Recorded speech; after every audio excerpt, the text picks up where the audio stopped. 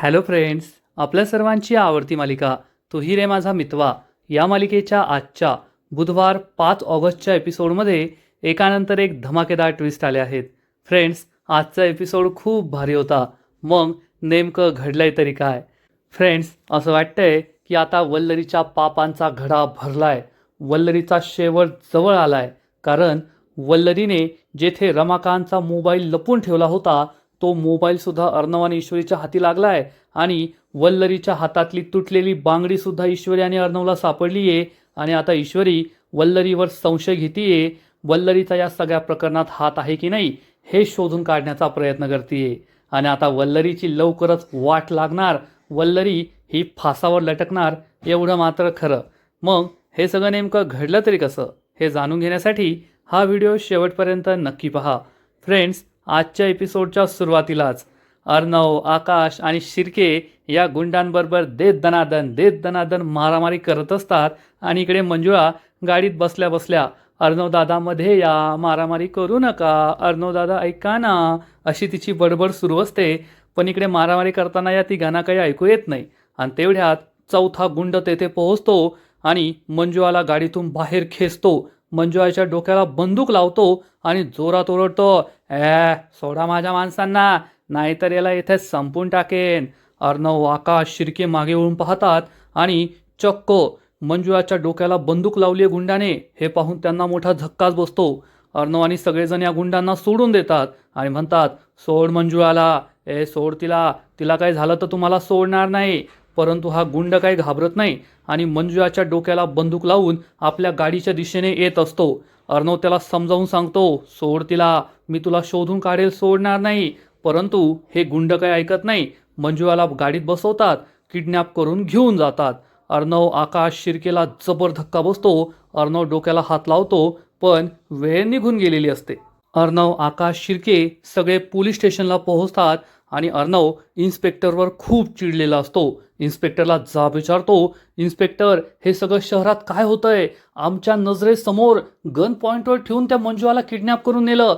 काय करते तुमची पोलीस? इन्स्पेक्टर म्हणतो, अर्णब साहेब शांत व्हा, आम्ही या प्रकरणाकडे लक्ष ठेवून आहोत, आमचा तपास सुरू आहे. अर्णव चिडून म्हणतो, काय तपास सुरू आहे? काय फालतू तपास करताय तुम्ही? मला हे बिलकुल आवडलेलं नाहीये आणि तुम्ही तुमचं काम नीट करत नाही आहात. इन्स्पेक्टर म्हणतो, साहेब शांत व्हा, आम्ही आमचं काम नीट करतोय. आकाश म्हणतो, व्हॉट इन्स्पेक्टर, तुम्ही काय करताय तुमचं काम? माझ्या काकांच्या मर्डरला 15-20 दिवस झाले, अजून तुम्हाला एक साधं CCTV फुटेज रिकवर करताना आलं आणि तुम्ही काय मंजुळाला शोधणार आहे? इन्स्पेक्टर सांगतो, साहेब आम्ही ते फुटेज नाही रिकवर करू शकलो कारण तेथे इक्विपमेंट जळालं होतं. पण येथे तसं नाहीये, आम्ही लवकरात लवकर त्या मंजुळाला शोधून काढू, तुम्ही काळजी करू नका.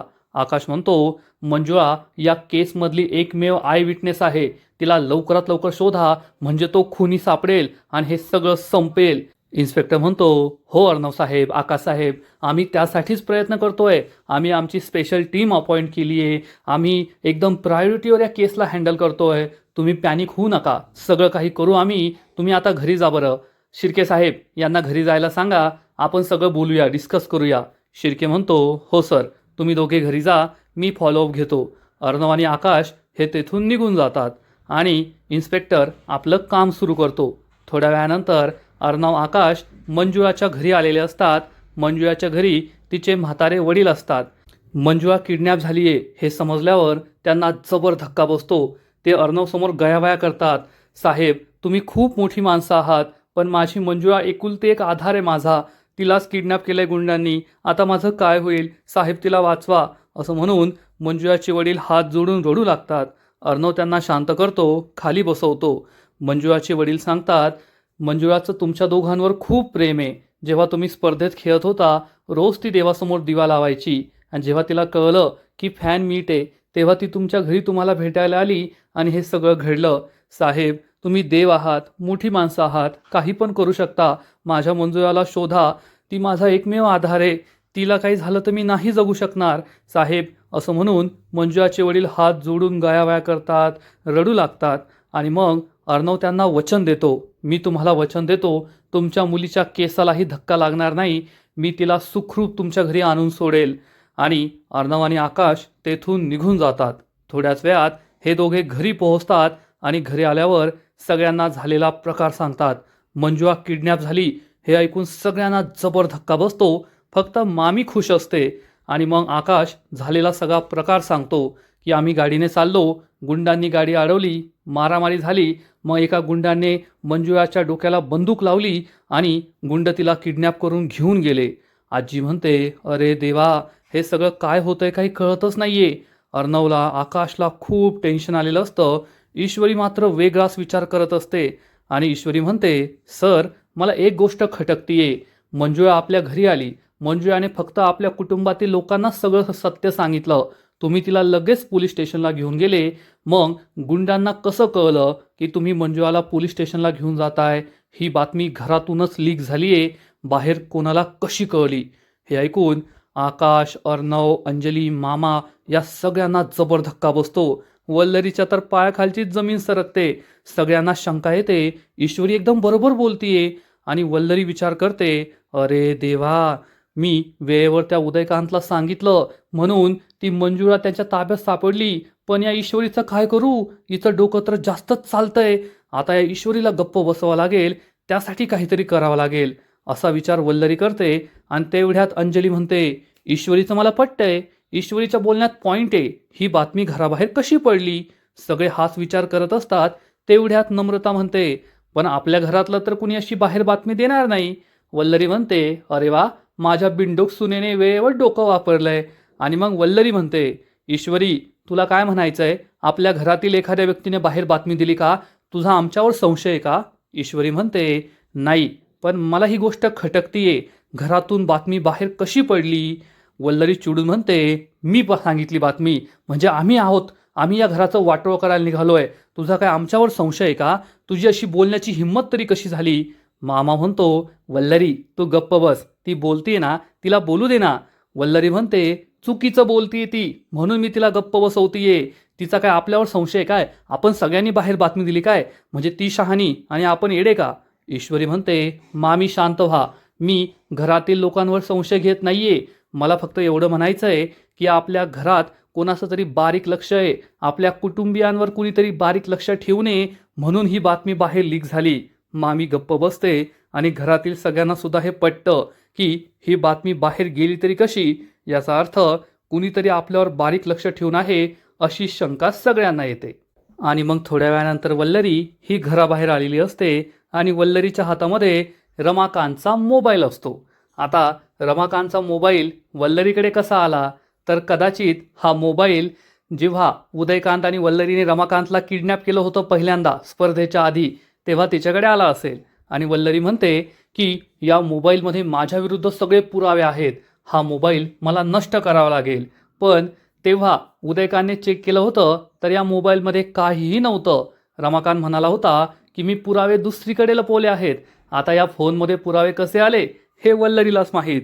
आणि वल्लरी विचार करते, मला हे पुरावे नष्ट करावेच लागतील. आणि मग वल्लरी तेथे गार्डन असतं, झाडं लावलेली आहेत, तेथे येते आणि तेथे एक मोठी तापी असते, त्यांनी हा मोबाईल फोडण्याचा प्रयत्न करते. आणि इकडे ईश्वरी मामीसाठी गरमागरम हळदीचं दूध घेऊन तिच्या रूममध्ये येते. मामीला आवाज येते, पण मामी तर इकडे फोन नष्ट करण्यासाठी प्रयत्न करते, त्यामुळे मामी रूममध्ये नसते. आणि तेवढ्यात मामीला उदयकांतचा कॉल येतो. आता ईश्वरीला हे दिसतं की फोनमध्ये कोणाच तरी कॉल आलाय आणि याआधी मामीने उदयकांतचं नाव सैतान असं म्हणून सेव्ह केलं होतं, पण यावेळेस त्याचं नाव पण वेगळं आणि त्याचा नंबर पण वेगळा.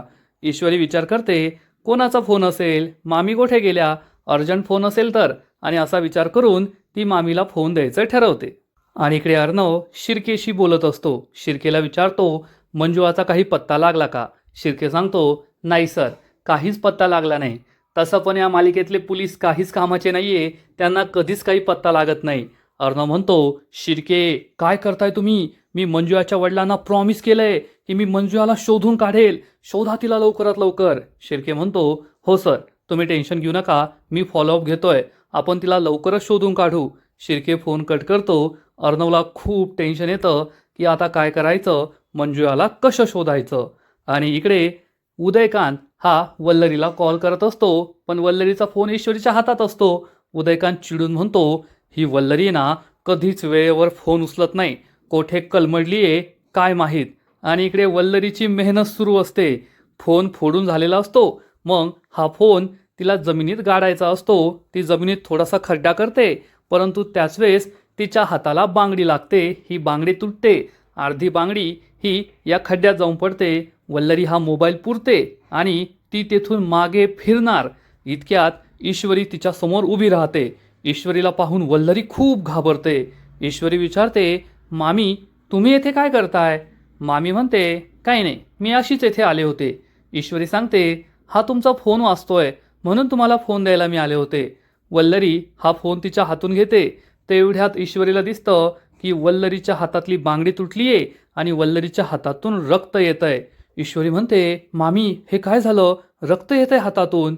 वल्लरी सांगते, अगं काही नाही, ती बांगडी फुटली ना म्हणून रक्त येत आहे. ईश्वरी म्हणते, चला मी तुम्हाला मलमपट्टी करते. वल्लरी म्हणते, नाही नाही काही गरज नाही, मी करते, थँक्स. आणि वल्लरी मोबाईल घेऊन तेथून पळून जाते.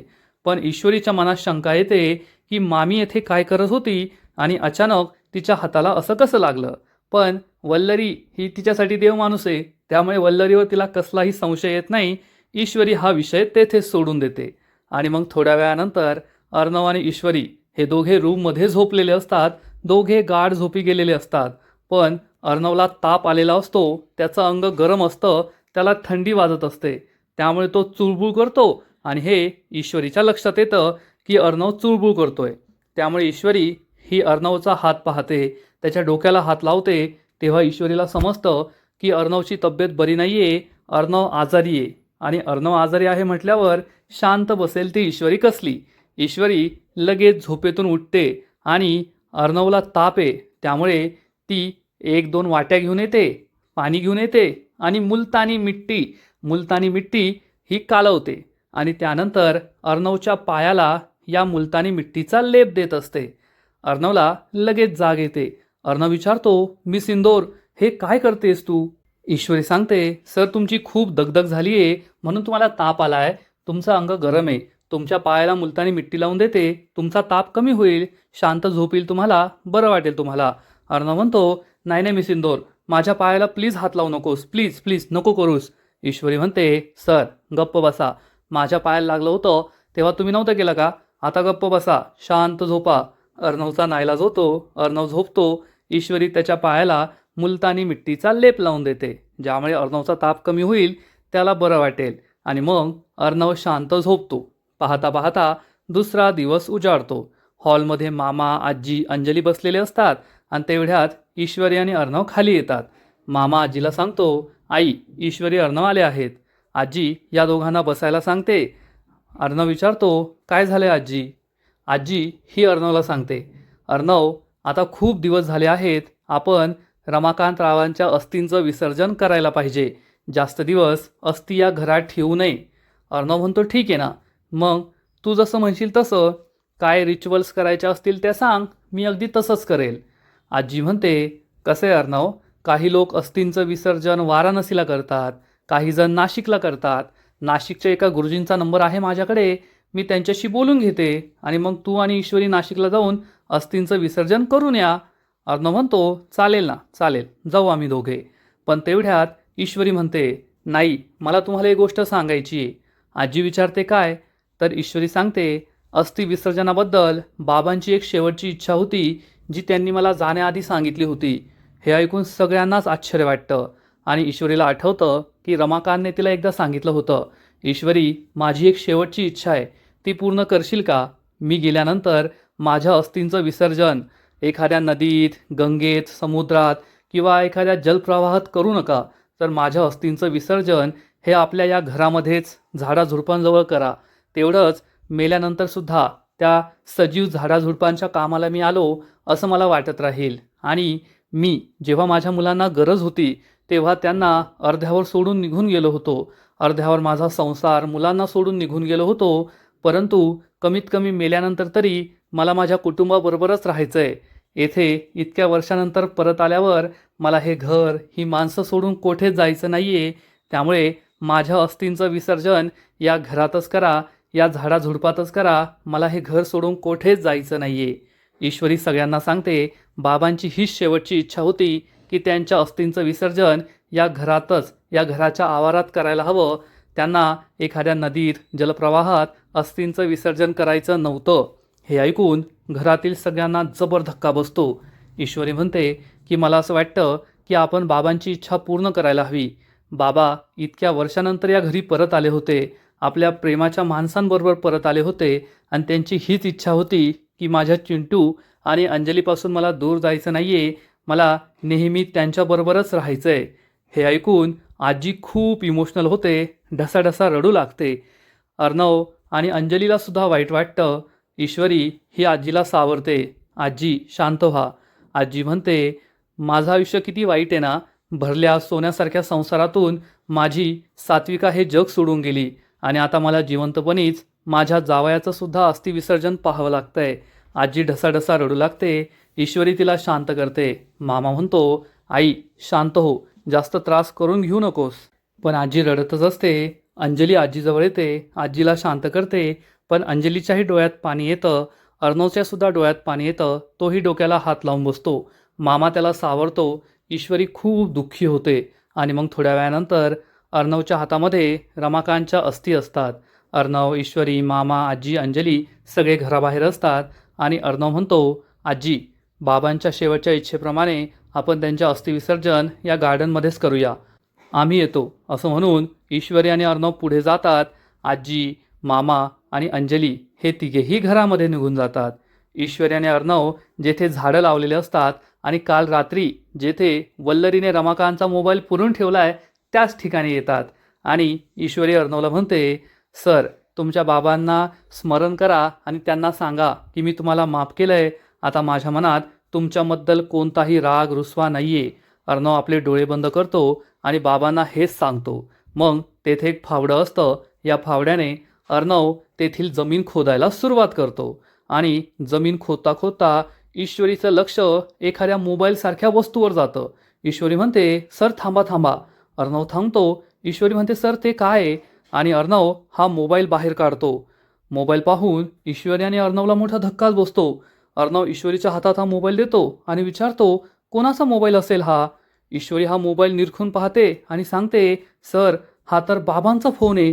हे ऐकून अर्णवला जबर धक्का बसतो. अर्णव विचारतो बाबांचा फोन पण येथे कसा? ईश्वरी म्हणते हो ना, बाबा तर वारीला गेले होते आणि मग त्यानंतर डायरेक्ट इव्हेंटला आले, मग त्यांचा फोन येथे कसा? अर्णव सांगतो कदाचित इव्हेंटला जाण्याआधी ते इथे घरी आले असतील. ईश्वरी म्हणते होऊ शकतं, पण त्यांचा मोबाईल येथे कसा? अर्णव म्हणतो मी सिंदूर, तुला कळतंय का, बाबांचा फोन येथे असा जमिनीत पुरून ठेवला होता. याचा अर्थ कुणीतरी त्यांचा फोन डिस्ट्रॉय करण्याचा प्रयत्न केलाय.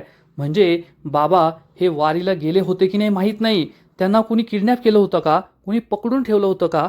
हे ऐकून ईश्वरीला मोठा धक्काच बसतो. ईश्वरी आणि अर्णवसमोर हाच प्रश्न असतो की बाबा जर पंढरीच्या वारीला गेले होते आणि त्यानंतर डायरेक्ट इव्हेंटच्या ठिकाणी आले किंवा मग आधी घरी आले आणि मग इव्हेंटला आले तरीसुद्धा त्यांचा फोन असा जमिनीत कुणी पुरून ठेवला होता.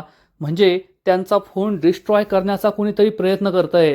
त्यांच्या फोनमध्ये नक्कीच असं काहीतरी असेल जे आपल्याला सापडू नये, आपल्याला कळू नये अशी कोणाची तरी इच्छा होती. म्हणून त्या व्यक्तीने हा फोन असा जमिनीत पुरून ठेवलाय हे या दोघांना समजतं आणि या दोघांच्या मनात अनेक प्रश्न असतात. हे रहस्य वाढतच जातंय आणि आजचा एपिसोड येथेच संपतो.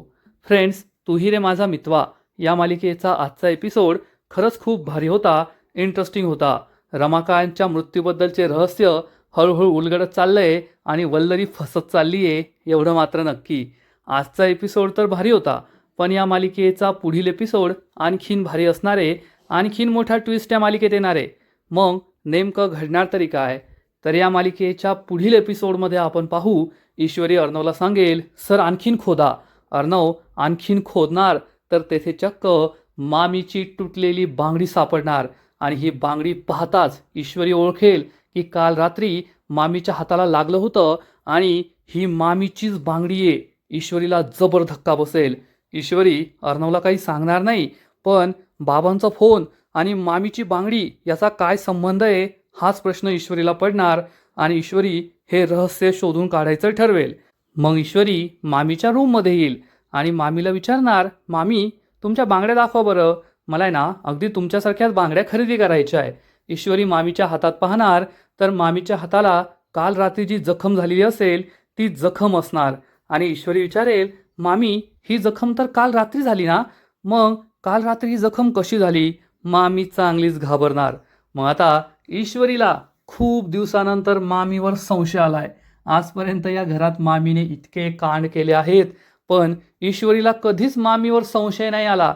फक्त मामीला मी आवडत नाही म्हणून मामी मला टोमणे मारते, माझ्या विरोधात बोलते, असं ईश्वरीला वाटायचं. पण मामीच खरी कटकारस्थानी, खरी रावण, खरी कंसे हे तिला माहीतच नव्हतं. पण आता ईश्वरीला संशय आलाय आणि ईश्वरी नक्कीच शोधून काढणार असंच दिसतंय. तर फ्रेंड्स, तुम्हाला सुद्धा आजचा एपिसोड हा ट्विस्ट आवडला ना, नक्कीच कमेंट करून सांगा. आणि तू ही रे माझा मितवा या मालिकेचे असेच नवीन नवीन एपिसोड, नवीन नवीन अपडेट सर्वात आधी पाहण्यासाठी व्हिडिओला लाईक करा, शेअर करा, चॅनलला सबस्क्राईब करून बेल आयकॉनवर क्लिक करा. म्हणजे या मालिकेचे नवीन नवीन एपिसोड तुम्हाला सर्वात आधी पाहायला मिळतील. खूप खूप खूप धन्यवाद.